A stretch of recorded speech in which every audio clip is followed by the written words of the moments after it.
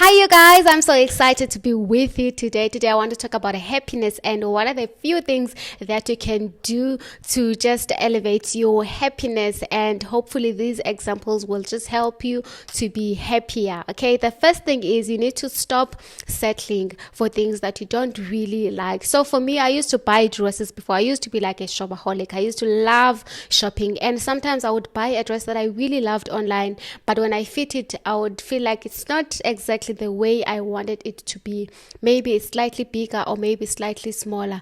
But the mistake that I would do is I would not take it back. I would just keep the dress and maybe wear it once or two times and then stop wearing it. So that ends up being just a waste of my money.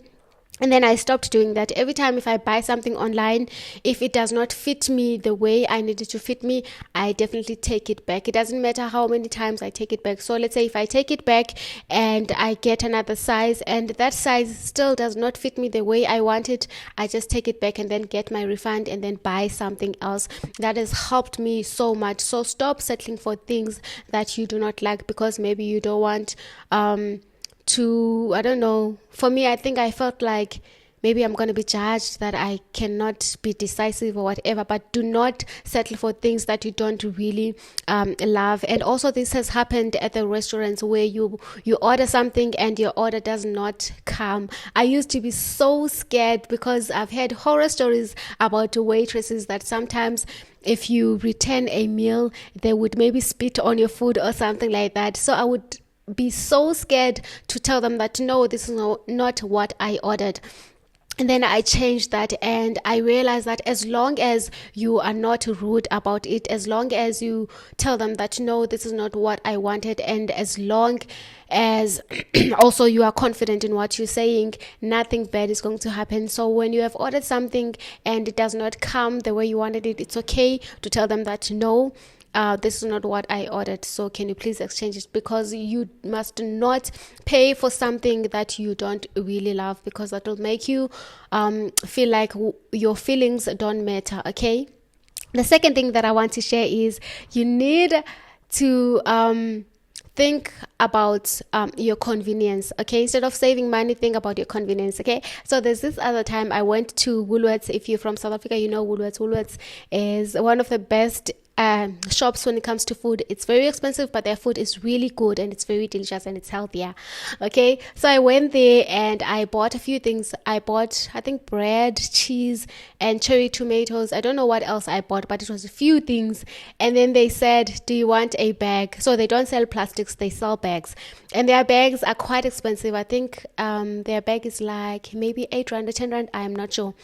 But I said no, thank you, because I did not park very far from the door, right? And then I left the basket at the till, and then I went out. After stepping out of the shop, the cherry tomatoes fell and they went all over the place. Fortunately, there's a guy, one of the car guards ran to come and assist me and say, oh, I'm so sorry, my sister, let me help you to pick them up.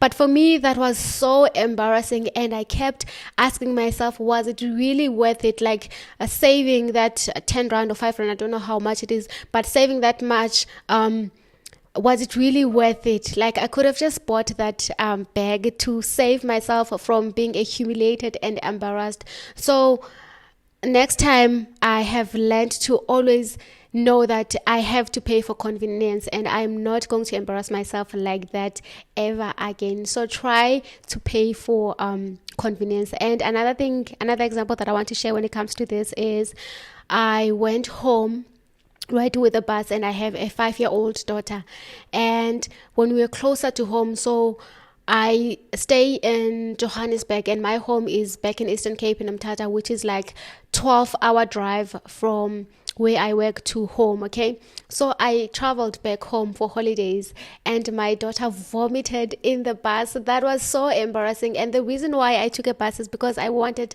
to save. And then on my way back, instead of saving, I took a flight. That gave me peace of mind, that gave me a sense of safety, that gave me a sense of security. So know what's going to bring you peace, know what is going to make you happier, know what is going to just give you joy, and spend a little bit more money on that, and you will find yourself to be happier. Okay, and also another thing that I've learned is you need to know that material things will not necessarily make you happy. Okay, there's this sneaker shoe that I really loved from Nike. I wanted it from last year, right? And I eventually bought it this year, and I was so scared like to swipe my card. I was thinking, oh my god, I've never spent so much on a sneaker, right? And then I bought it, and then I noticed that okay, now I'm putting this sneaker in a pedestal, like I don't want to wear it. Then I would wear it, maybe when I'm going to the mall or whatever, and like people would not even notice. Okay, so just know that the material things are not gonna make you happy, and they're not really going to make you happy. Know where to invest your money on things that are going to really make you happy. For me, a flight to go home really makes me happy. I think because it brings me peace of mind, and also it saves me so much time, so it gives me more time to be with my family, and also it makes my kids so happy, and my kids happiness is my happiness. Like there's nothing that I love more than seeing my kids smiling and laughing and excited. So just learn to find out for yourself what makes you happy and what are things that can bring you more joy, and spend your money and your time on those things instead of buying something that is just gonna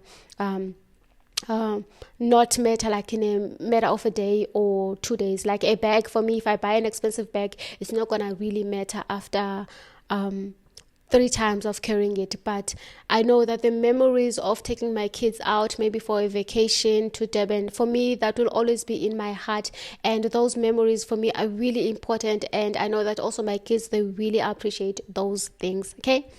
Okay, the last thing that I want to talk about when it comes to happiness is you need to learn to always cling to your creator. So God is my creator. So I know that if I am not close to God, obviously I'm not going to have happiness. And for me, there's a verse that I really love from the Bible that says that you need to cling to your vine. So you're like a branch. So I'm like a branch of God, right? And if I'm not connected to God, who is my branch, so I'm sorry, how do I put this?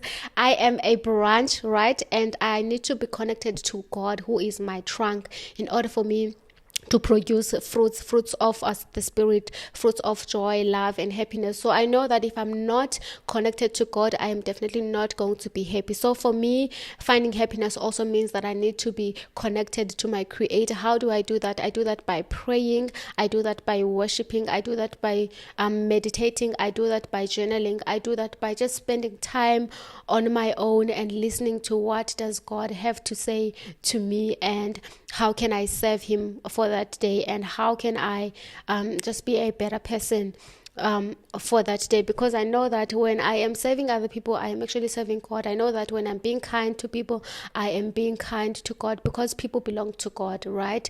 So I hope this helps. Let me know in the comment section below what is your biggest takeaway, and until next time, have a great day. I love you so much. Goodbye.